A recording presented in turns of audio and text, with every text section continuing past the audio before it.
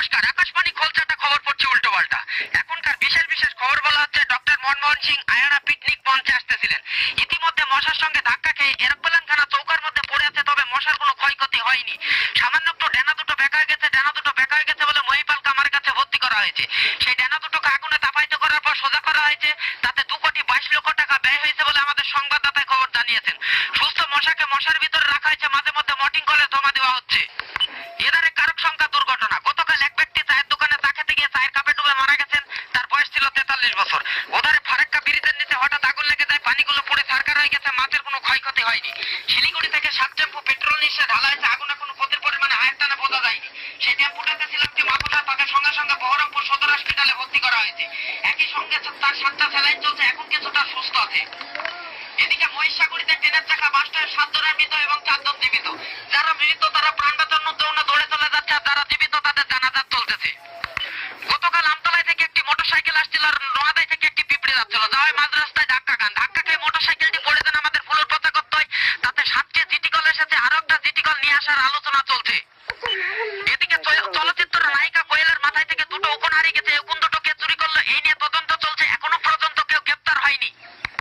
আরো একখানা বিশেষ খবর, বহরমপুর থেকে একটি লরি আসছিল, আসায় মাঝ রাস্তায় ধাক্কা খান কেউর সঙ্গে। তবে লরিটির কোনো পাত্তা খবর পাওয়া যায়নি। কেউটি সামান্য একটু ঠোঁটটা বেঁকা হয়ে যান বলে চেন্নাই ভেলোর হসপিটালে ভর্তি করা হয়েছে। কেউটির ঠোঁটটা সোজা করতে গিয়ে 80,000 টাকা ব্যয় হয়েছে বলে আমাদের সংবাদদাতায় খবর জানিয়েছেন। মাঝে মধ্যে কাকা করে ডাকতে পারছে, আবার মুরগির বাচ্চাও খেতে পাচ্ছে। গত 49 তারিখে একটি মুরগিতে শিয়াল ধরেছিলেন। এই নিয়ে শিয়াল পণ্ডিতরা মুরগির কাছে হেডের কাছে কমপ্লেন জানিয়েছেন এবং থানাতে মুরগিটার নামে এফআইআর করে গেছেন।